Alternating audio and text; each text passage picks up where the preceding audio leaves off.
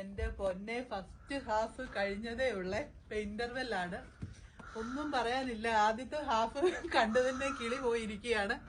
ഇത്രയും സൂപ്പർ എന്ന് പറഞ്ഞാൽ അടിപൊളിയാണ്, ഒന്നും പറയാനില്ല. മസ്റ്റ് വാച്ചാണ്. സെക്കൻഡ് ഹാഫ് ഇതിലും അടിപൊളിയാന്നാ പറയുന്നത്. ഞാൻ തുടക്കം തൊട്ടേ കരയാനായിട്ട് തുടങ്ങി. എനിക്ക് രോമാഞ്ചവും കുളിരും എല്ലാം കൂടെ വന്നിട്ട് എനിക്കൊന്നും പറയാനില്ല. നിങ്ങൾ കാണണം കേട്ടോ.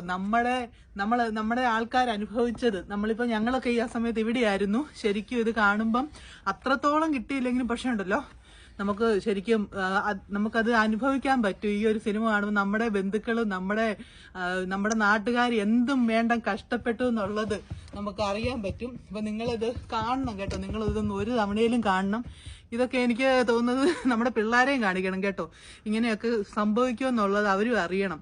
അപ്പൊ ശരിക്കും അടിപൊളിയാണ്. ഇനി അടുത്ത ബാക്കി ഭാഗം കണ്ടിട്ട്, സെക്കൻഡ് ഹാഫ് കണ്ടിട്ട് അതിന്റെ ബാക്കി മൊത്തത്തിലുള്ള കാര്യം പറയാം കേട്ടോ. നമ്മള് മാത്രമേ ഉള്ളൂ തിയേറ്ററിൽ. ഇപ്പം ഇത് രാവിലത്തെ ഷോയാണ്. ഞങ്ങള് വൈകിട്ടത്തെ ഷോ ഒക്കെ നോക്കിയപ്പോൾ ഫുൾ എല്ലാം തിയേറ്ററും കംപ്ലീറ്റ്ലി ഫിൽഡ് ആണ്. അപ്പത്തേക്കും നമുക്ക് രാവിലെ തന്നെ ഇങ്ങി പോകുന്നതാണ്.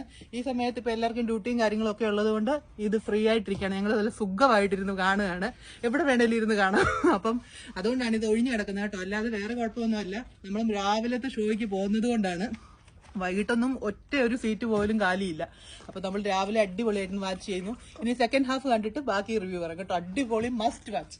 ആൾക്കാർ അറിഞ്ഞറിഞ്ഞ് വരുന്നതേ ഉള്ളൂ. അതെ അതെ അതെ അതെ.